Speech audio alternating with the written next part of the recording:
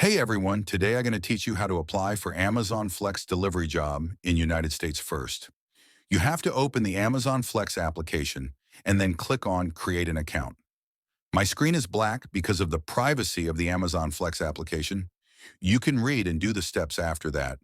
Create your accounts first, after that sign up, and then allow these permission like camera, gallery access, and location access, and the contacts.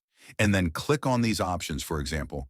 I'm 18-year plus, I have bike and all these options, and click on Get Started after that, enter the PIN code of where you want to deliver, and then select these days. You can select all, and then click on Hearts also, and then Next, and then select your delivery time and then click on next and then select how many hours you want to work and then select your vehicle and then select your region and then scroll down and tick this agree option and click on agree and continue option and then enter your details and then select driving license and upload a front and back pic of your driving license and wait until it's approved. So this all in today's video. Hope you must have understood that how to apply for Amazon Flex delivery job in United States. There is no easier way than this. If you still don't understand anything, then you can comment.